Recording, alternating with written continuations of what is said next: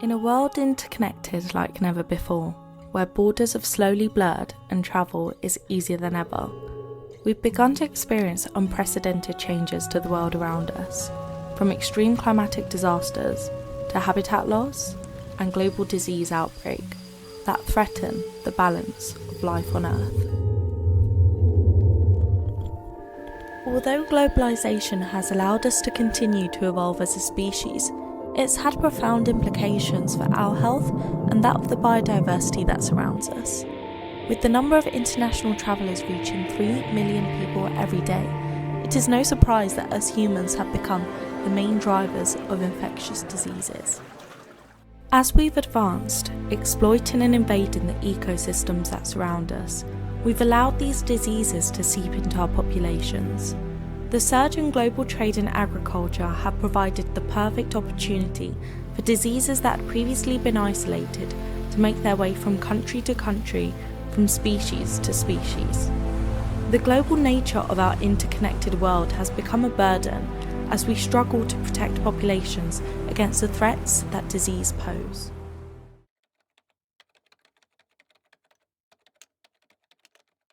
Humans have slowly destroyed natural, untouched ecosystems, creating novel contact opportunities for diseases to spill over into our populations. Throughout history, the colonization of foreign territories, such as the Spanish conquest, have highlighted the damage that introducing novel diseases can have on these naive communities. Currently, disease transfer has been facilitated through activities such as poaching, handling, and the consumption of meat. 60% of all viruses and pathogens that we are susceptible to have been shown to come from animals. This relationship with animals, along with the changes in land use, have created the ideal opportunity for pathogens and their vectors to infect and proliferate. With changing environmental conditions, vectors such as the Aedes aegypti mosquito that carry a range of pathogens can now be found globally. Currently, more than 700,000 deaths a year can be attributed to vector-borne diseases. I had heard about dengue and we'd seen the mosquitoes, seen people taking these precautionary measures, but I don't think it registered that we were also, subject to being victims of that as well. We'd been less cautious with the mosquito spray and we got it that night, and we could almost track back to the night we were all sat there at a bar without mosquito spray on.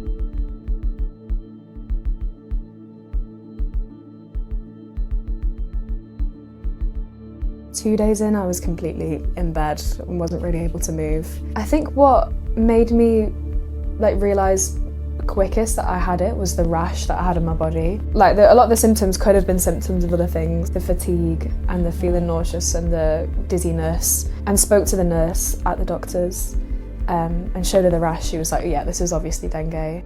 Dengue fever is known as the fastest growing vector-borne disease in the world, with a staggering 390 million yearly infections.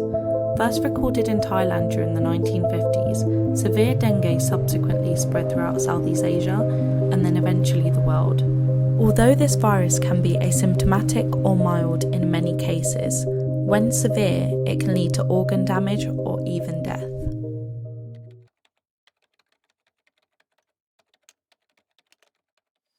Countless animal populations are also at threat of extinction as they become exposed to infectious diseases. Once pristine ecosystems are now facing drastic population declines globally, with some of the most lethal pathogens being a direct consequence of human activity. Sites where they usually see amphibians, they start to disappear.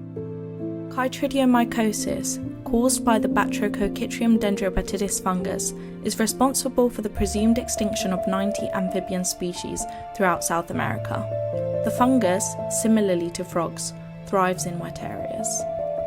So we know that this pathogen arrived a long time ago. Despite that fact, we know very little about which species are susceptible. Many species actually disappeared completely from the wild and are currently considered extinct. According to the IUCN, more than 41% of amphibians are currently threatened by this fungus, And although it can be found all over the globe, the American lineage is the main cause for the mass mortalities recorded. This fungi grows in the amphibian skin. The amphibian skin is very important for this group because they breathe through the skin. At the end, cause a heart attack in those susceptible species, and this heart attack cause the death. Amphibians are cold-blooded and therefore are highly dependent on their skin to breathe and exchange ions. Once the fungus attaches itself, infected frogs become unable to function properly. We know that frogs, well, amphibians in general, play a very important role in ecosystems. It's very clear that the disappearance of frogs in the wild is actually causing an increase in mosquito populations. And some of these mosquito populations are able to transmit human diseases. Anthropogenic trade has also put amphibians amongst the most threatened vertebrate taxa on Earth. It has been shown that millions of specimens have been traded in the last decade, unknowingly spreading BD isolates along with them. So now we know that it's another fungi that is like the sister species of BD, which is Bizal. So now this is the new threat. There are some similarities in terms of how they infect. The situation with Bizal has moved faster because we knew about BD before, but Batrachochytrium salamandrivorans specifically affects salamanders, but we know that frogs and toads can become infected too. We're very worried about that in America because the Bizal has not arrived to America as far as we know, but there's a lot of illegal trade of amphibians that cannot be monitored. Emerging fungal diseases have taken the animal kingdom by storm. Hibernating bats currently face a pandemic of their own, where a novel fungus has devastated populations since its appearance in upstate New York in 2006. The disease, called white nose syndrome, is caused by a fungus, and it's a cold-loving fungus. It's a fungus that grows in very, very cold conditions.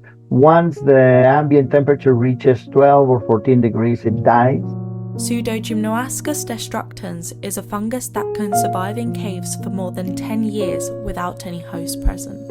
It is called the white nose as it causes fuzzy white marks on their faces. It kills bats by awakening them from hibernation, using up their energy and depleting their fat reserves. So far, the number is surpassing 6 million bats, and there's already records of the disease or the fungus in more than 10 species of bats in the United States and more than 30 states of the conterminous 48 states in the United States. Northeastern United States has experienced a decline of about 80% in hibernating bat populations. The fungus is believed to have been introduced by an unaware explorer from Europe, as this is where the fungus is endemic to.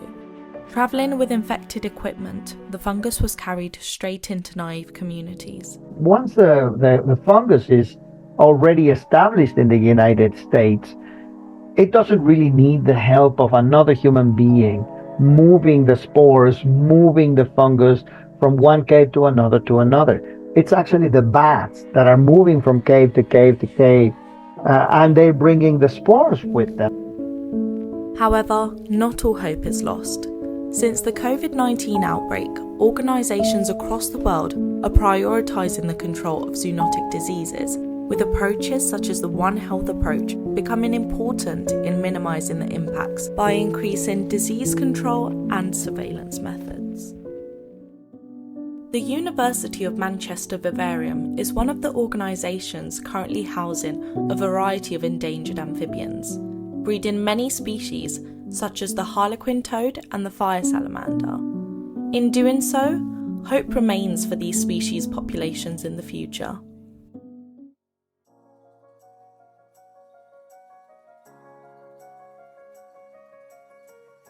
So now, yes, we are sampling again.